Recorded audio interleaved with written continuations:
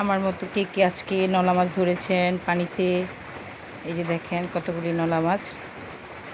এগুলি এই মাছগুলি ভেজে খেতে খুবই টেস্টি। আর এই ছোট ছোট তেলাপিয়া, এগুলো ভাজার জন্য এই যে কী বলে, সাথে আছে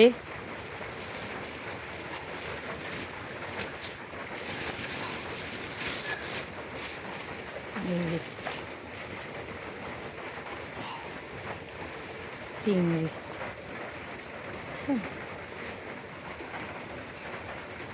এগুলি আপনারা ভেজে খাবেন। এই মাছগুলি ভাজা খুবই মজার, টেস্টি হয়। কারণ এক ধরনের মশলা আছে, ওই মশলা দিয়ে এটা মেখে রাখলে মাছটা খুব মজা হয় খেতে। গরম গরম মাছ ভাজার সাথে একটা শুকনো মরিচ ভাজা, আর কোনো কথাই নেই, শুধু খাবেন। এই যে এটা কি মাছ বলেন? এটা হচ্ছে কাতলা মাছ।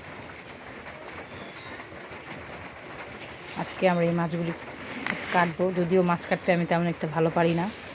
তারপরে কি করার, নিজের সংসার বলে কথা, নিজেরটা নিজেরই করতে হয়। মাছের জন্য এখন আনতে হবে কি,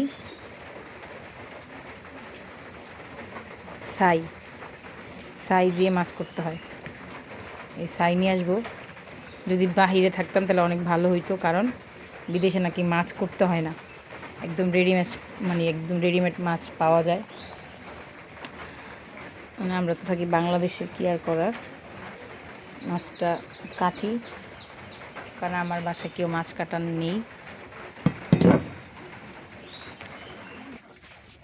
এই যে নিয়ে আসলাম মাছের জন্য ছাই। আমি আজকে ছাই দিয়ে মাছ করবো।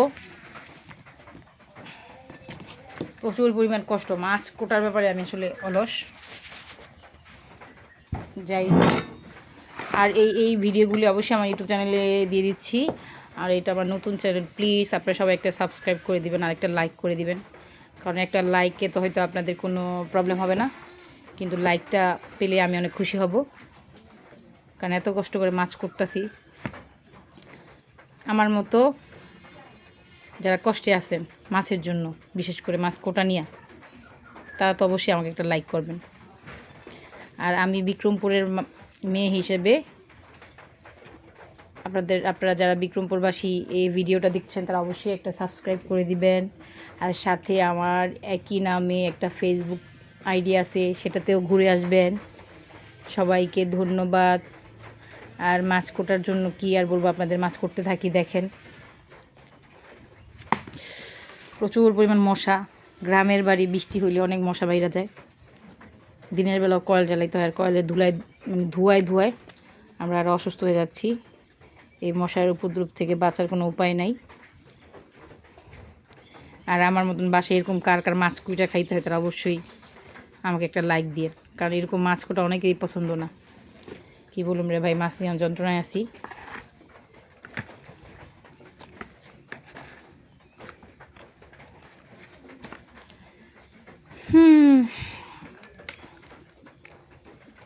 ভালো থাকেন সবাই একটা সাবস্ক্রাইব করে দিবেন আমার চ্যানেলটাতে।